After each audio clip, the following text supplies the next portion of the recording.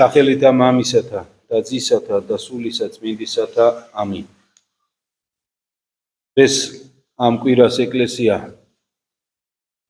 აღასრულებს საშინელი სამჟავროს ხსენებას. კიდევ ერთხელ შეგვაგონებს დედა ეკლესია მიშვილებს, რომ ეს სამყარო იმ სახით, რა სახითაც თითოეულმა ჩვენთაგანმა ის იცის, დასრულდება. დასრულდება ჩვენი უფლის იესო ქრისტეს მეორედ დიდებით მოსვლით. თუ პირველი მოსვლა ჩვენი უფლისა იყო სიმდაბლით, გამოქვაბულში, ისე რომ მხოლოდ რამოდენიმე ადამიანმა გაიგო მისი მოსვლა ამ ქვეყანაზე, ისე რომ არავის თავისი ცხოვრების წესიც კი არ შეუძლია ყველაფერი ისე გაგრძელდა, როგორც მანამდე იყო. აი მეორედ მოსვლა კი ასე არ იქნება. მეორედ მოსვლა იქნება საშინელი. ანგელოზები წამოუძღვებიან უფალს ზეციდან და როგორცო ელვა აღმოსავლიდან დასავლეთამდე ჩანსო, ესე გამოჩნდება უფალიო წმინდა წერილი ვასწავლის ჩვენ. დღევანდელ სახარებაში ჩვენ წავიკითხეთ თუ რა მოხდება ამ დროს. სახარება გვეუბნება, რომ უფალი როგორც მწყემსი, ისე შეკრიბავს თავის მიმდევრებს, ესე ვთქვათ, და ყველა ადამიანს და განარჩევს მათ, როგორც თიკანს ცხვრისაგან. და ჩამოთვლილი არის რას მოუწონებს უფალი ადამიანს და რის გამო მიმადლებს ადამიანებს სასუფეველს, რომელიც მისივე პირიდან გავიგეთ, რომ ქვეყნის დასაბამიდან არის გამზადებული მართალთათვის და რის გამო დასჯის საუკუნო სატანჯველით ადამიანებს. დღეს თანამედროვე ადამიანს ყველაზე მეტად არ უყვარს და ეუცხოება გაგება ამისა, რომ საუკუნო სატანჯველი. და როდესაც ეუბნები, რომ იცით რა, ამ ცოდვისთვის დაიღუპები, ჯოჯოხეთში მოხვდები, უკვირთ და ზოგიერთ შემთხვევაში შეურაცხყოფილებთაც გრძნობენ თავს, რომ ეს როგორ მითხარი. მაგრამ ჩვენ ვხედავთ, რომ თავად უფალი საუბრობს ამაზე. რატომ საუბრობს? იმიტომ, რომ არ უყვარს ადამიანი? დღეს ესე გვეუბნებიან ხოლმე ხშირად, რომ როგორ ეუბნები ადამიანს ამას, როგორ ესე ვთქვათ, გრცხვენია, არ გიყვარს ადამიანი, ხშირად ესე გვეუბნებიან. მაშინ უფალსაც იგივე უნდა დააბრალო. მას, ვინც საკუთარი სიცოცხლე უცოდველმა ცოდვილთათვის გაწირა. ის ამბობს და ეუბნება ადამიანებს, რომ თუ შენ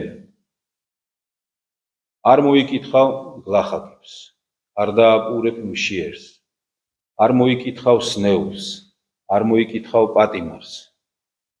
ანუ ორი სიტყვით რო ვთქვა, თუ შენ არ გეყვარება შენი მოყვასი, როგორც შენი თავი, მაშინ შენი ხვედრი სამწუხაროდ არის ის ხვედრი, რომელიც განმზადებული არის ეშმაკისათვის და მიმდევართა მისთათვის.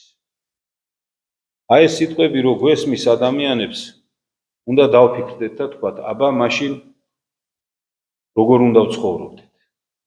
რა მცნება მოგვცა ღმერთმა და სწორედ ეს მცნება მოგვცა ღმერთმა. ეხლა თითოეული ჩვენთაგანი კარგად დავფიქრდეთ, ესე ვცხოვრობთ?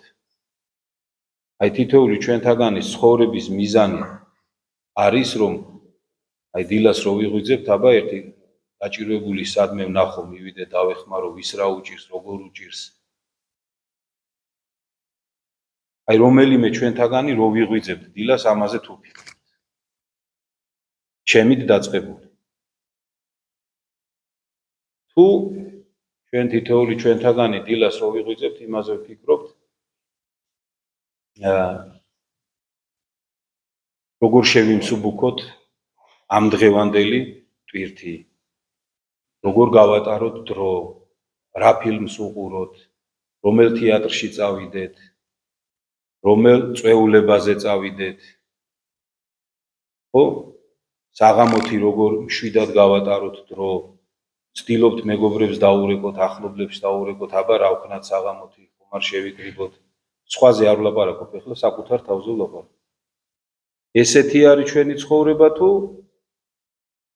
ისეთი, რაზეც წეღან ვისაუბრეთ. თუ ესეთია, თუ დროს ტარებაზე ვფიქრობთ, მოსვენებაზე ვფიქრობთ, ანუ ორი სიტყვით რო ვთქვათ, თუ საკუთარი სურვილების ასრულებაზე ვფიქრობთ, მაშინ თავს ნუ მოვიტყუებთ მოცერთი ჩვენთაგანი და ნუ ვიფიქრებთ, რომ რატომღაც უფალი გვეტყვის ჩვენ, რომ მოდით ჩემთან კურთხევნო მამისა ჩემისა. ნუ მოვიტყუებთ ჩვენ თავს. ჩვენ ხო ადამიანებს საერთოდ ესეთ საოცარი თვისება გვაქვს, აი. მიუხედავად იმისა, რომ მაგალითად ჩვენს გარშემო ვხედავთ, რომ უამრავი ადამიანი ჩვენ ხელა ჩვენზე პატარა, ჩვენზე დიდი გარდაიცვლება ხოლმე, რატომღაც საკუთარი თავი უკვდავი გონია. აი გულწრფელად რო დავაკვირდეთ, არც ერთი არ ფიქრობს, რომ თვითონაც მოკვდება. აი მივდივართ გასვენებაში, ვდგევართ ჩვენი მეგობრის თავს დავყურებთ და ჩვენ მგონია, რომ ჩვენ ეს ჩვენ არ გვეხება. ვიღაცა სნეული არის, თქვათ, რაღაცა დაემართა. ჩვენ ეს არ დაგვემართება. რაღაცნაირად ქვეცნობიერად ვიტყუებთ საკუთარ თავს და ვფიქრობთ, რომ ჩვენ ეს არ დაგვემართება.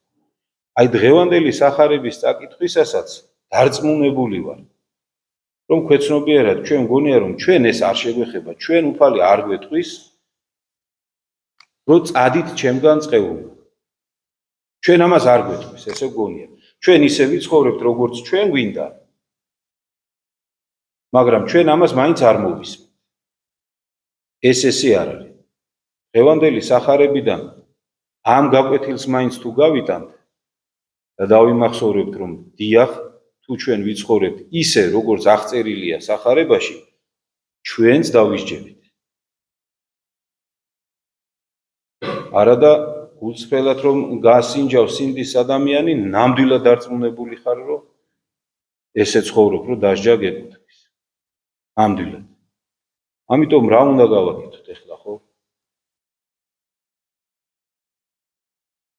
იმიტოა დიდი ჩვენი უფალი.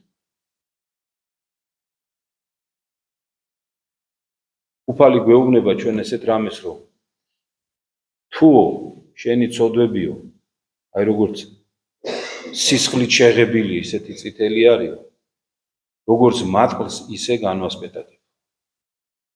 თუ სინანულით იცხოვრებ, თუ ეცდები თავი დაიმდაბლო და თუ იშრომებ, რომ უკეთესი გახდე. არც ერთი ჩვენთაგანი, ვერც ერთი ჩვენთაგანი ვერ შეძლებს სასუფეველი ღვთისა, ესე ვთქვათ, დაიმსახუროს. ვერც ერთი ჩვენთაგანი ამას ვერ შეძლებს. ვერავინ ვერ შეძლო ჩვენამდე და ვერც ჩვენ შემდგომ ვერავინ ვერ შეძლებს ამას, რომ სასუფეველი ღვთისა დაიმსახუროს. ერთადერთი იმედი რაღა გვჭება, აცთმოყარე უფალი. მისი განუზომელი მოწყალება, მისი განუზომელი სიყვარული ადამიანებისადმი და თითოეული ჩვენთაგანისადმი. აი მხოლოდ ამაზე გვაქვს იმედი და მეტი არაფერს.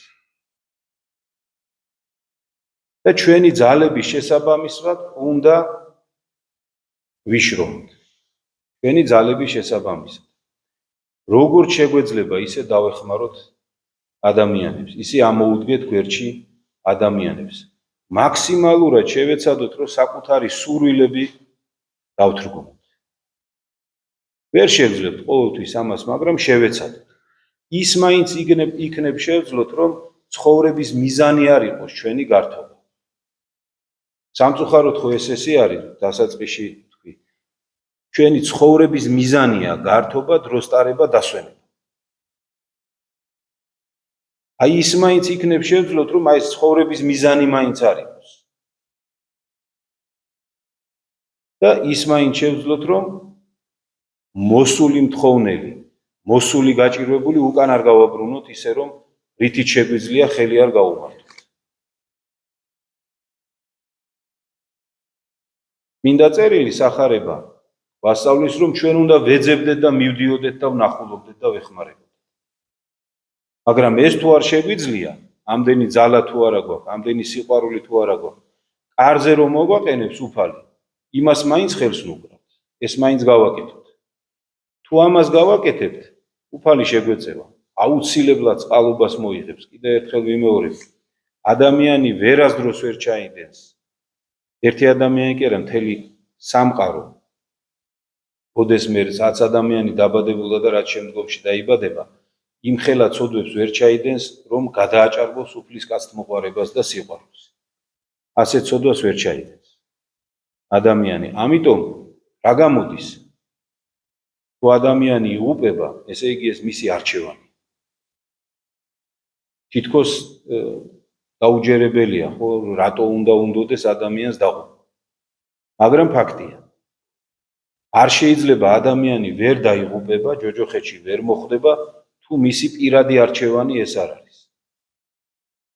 თუ მას არ უნდა ეს. იმიტომ რომ როგორ შეიძლება განკაცდა ღმერთი, ჩვენი ხორცი მიიღო, ჩვენაირი გახდა, ჩვენი ხორცი დევნო, სისხლი დაღვარა იმისათვის, ჯვრით აღესრულა, რომ ჩვენ გამოვეხსენით. და ერთადერთი რამე დაგვავალა, შეინანეთ, შემომიდექით, შეასრულეთ ჩემი მცნებები, აქაც ვერჩი ამოგვიდგა და გვითხრა, რომ თუ ვერ შეასრულებ, არა უშავს.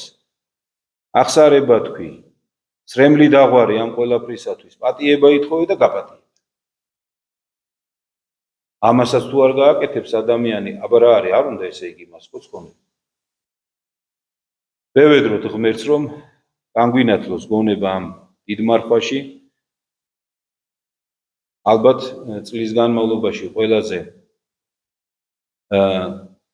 კარგი დრო გვიდგება, სულ რაღაც ერთ კვირაში, ყველაზე ასე ვთქვათ, სასარგებლო დრო თითოეული ქრისტიანისთვის და ღმერთმა შეგვაძლებინოს, რომ ეს დრო სწორად გამოვიყენოთ. ეს დრო გამოვიყენოთ იმისათვის, რომ ვისწავლოთ საკუთარ სურვილებზე უარის თქმა.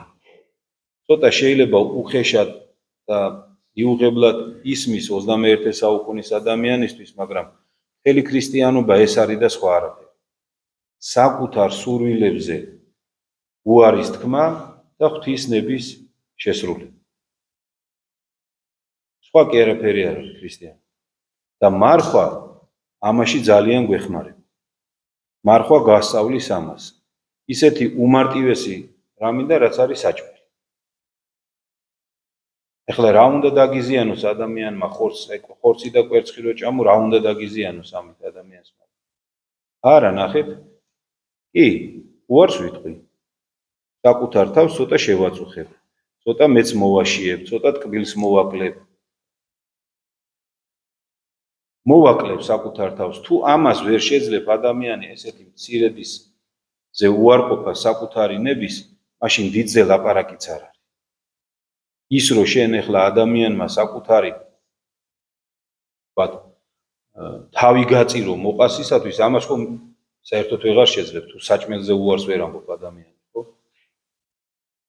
ღმერთი შეგვეწიროს, ღმერთმა შეგვაძლებინოს, რომ მისი მცნებები დავიცვათ და საკუთარ დაცემულ გარყვნილ ნებას უარი უთხრათ ამ მარხვაში. უფალმა დაგლოცო და გაგრძელო.